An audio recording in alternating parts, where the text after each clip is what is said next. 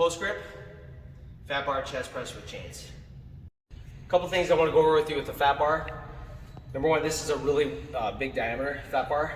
The nice thing about fat bar is you're gonna move through less range of motion. As a result of it, it works really well for people that have shoulder pain. It's really good for learning the bar path as it has a weird center of gravity.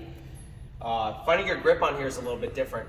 What happens is you're gonna literally kind of have your elbows turned like this. So you still want to focus, you kind of grab the bar like this. So you still really have to focus on turning the elbows in.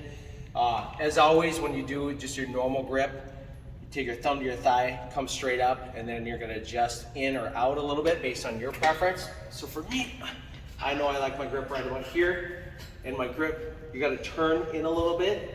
So you're holding the bar like this, and squeeze those shoulder blades together, eyes into the bar, arm rack, spin your elbows in a little bit, and then you can go ahead and do the exercise. So when you're doing decline bench, this technique's gonna apply for all your bars, decline bars, and this technique's gonna apply for your grips and whether or not you're doing quarters. So first is where you're gonna set the bar up in the where you're gonna set the bench in the rack. It'll really be dictated, you gotta figure it out when you're lying down. So first, you're gonna sit down, you're gonna push your feet firmly into the bench. You're gonna come underneath the bar. Most of the time you want your eyes underneath the bar directly. In this case, you actually want your eyes a little bit behind the bar. So I'm gonna scoot the bench back a little bit. Come on back down. Now my eyes are behind the bar. That's a little bit better. I have a fat bar here, and again, it doesn't matter what bar you're using for this grip. And what you're gonna do is once you unrack, you're gonna be in a different bar position here. You're gonna come down usually below your sternum, usually at the top of your rib cage, below your sternum. So that's what you're gonna do for this. So I'm gonna press it up. As always, turn your elbows in a little bit, squeeze your shoulder blades in, and you're coming down slowly below the sternum to the chest, to the rib cage, and then straight up and slightly back.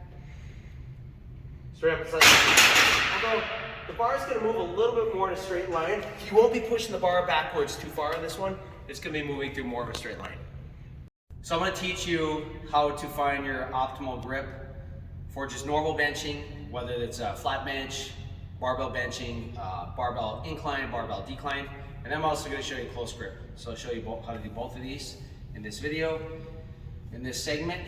And typically at Higher Power, we typically favor more of a moderate grip. We don't like to go super wide, we don't like to go super narrow. The reason is when you do wide grip benching, you tend to put a lot more force in your shoulder, about 1.5 times the force. And one of the things we know is that world-class bench press, athletes, power lifters, these guys tend to be able to lift for a long time, very heavy weight. They tend to favor more of a narrow grip. So we tend to do a little bit more of a narrow grip. So to find just your optimal grip, what you do is you go just stand shoulder width, feet a little narrower than shoulder width, bring your thumb to your thigh, and then just kind of come straight up. That's gonna be about right for most people. Now you can come in a little bit narrower, you can come out a little bit wider, but this is gonna be here, and then we'll adjust it from there. It'd be for your classic grip. So now I'm gonna go ahead and lie down, and we'll show you from a different angle. So now here's about my width from my thighs. I'm just gonna go ahead and go down. And I actually like to go just a little narrower from there. So for me, what I like to do is I like my first knuckle to line up with the bar right there, and then wrap the thumb. And that's one technique. There is another technique you can do too. You could usually put, for a lot of people, they may also want to just take the tip of their thumb and line up with the knurling and the smooth part and wrap there. If you like just a slightly wider grip, but I like slightly narrower. So for me, I like this position. Now for a close grip, typically for most people, we teach 1 finger in or 2 finger in on the smooth. So that's how you do close grip. And then of course, wide grip for me would be out on these rings right here, pinky on the rings. So it's gonna vary based on you, but that's what we found to be best. So when bench pressing, whether you're gonna do flat, decline, or incline, this technique's gonna apply for all forms of bench pressing. I'm gonna teach you the different contact points we need to maintain when we press.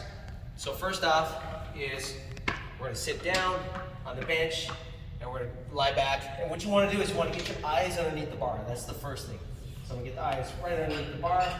And then from there, I'm gonna bend my knees a little bit. You don't want your feet out here. You don't want to be super bent where you're on your toes, although a lot of powerlifters will do it. We want our feet firmly on the ground, but we do want a little bit of knee bend. So right there, I have a pretty good knee bend.